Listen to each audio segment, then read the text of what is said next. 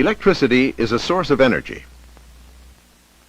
Modern living is so dependent on it that life without electrical power is almost unthinkable. But again, what is electricity? And that's not an easy question.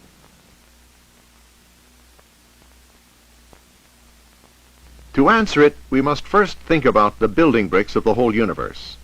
And that includes you, me, and everything there is, even this pylon. If we get in close to the iron, and then into the iron, we will see that it is built up from molecules. And then we will see that molecules are made up of atoms. An atom is so small that we really can't imagine it. It consists of a sort of central blob which is called the nucleus, with tiny fragments of matter called electrons revolving around it. Different substances have different numbers of electrons revolving around the nucleus. Electrons carry a negative charge of electricity.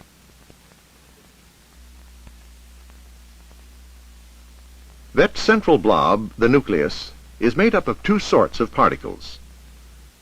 One, protons, which carry a positive charge of electricity. And two, neutrons, which have no electrical charge. Protons and neutrons are of about equal size, and they're both a good deal bigger than electrons. In the nucleus, there's the same number of protons as there are electrons in orbit around it. For example, this is the atom of the metal aluminum, and it has 13 electrons orbiting around it. So there are 13 protons in the aluminum nucleus. This means that the negative charges of the electrons are exactly equal to the positive charges in the nucleus, and the whole atom is therefore electrically neutral.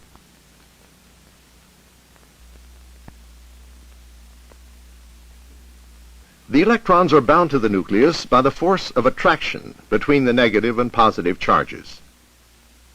But in some substances, the electrons in the outer orbit are not very tightly held, and they can be dislodged fairly easily. An atom which has lost some of its negatively charged electrons is left with a surplus of protons in its nucleus. So the atom is now positively charged. A charged atom is called an ion.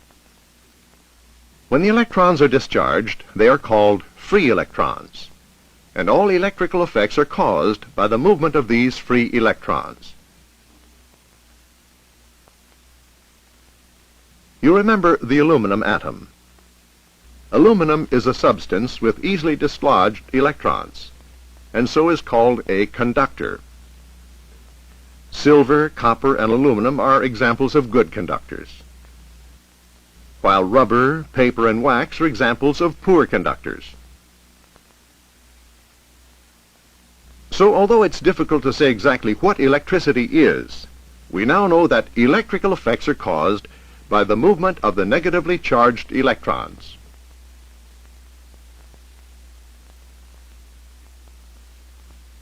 And this is the basis of everything we shall learn about electricity.